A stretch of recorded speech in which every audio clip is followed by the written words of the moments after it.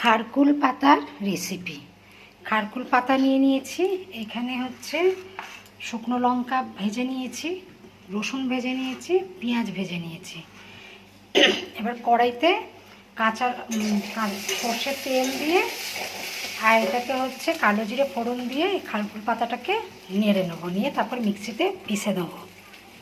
এবার কড়াইতে তেল দিয়েছি, দিয়ে এটাকে ভালো করে নেড়ে নিচ্ছি।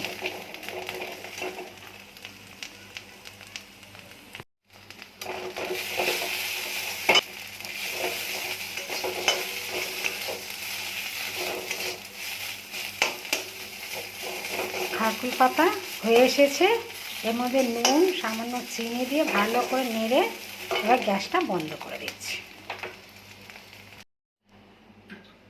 খারকুল পাতা রেডি।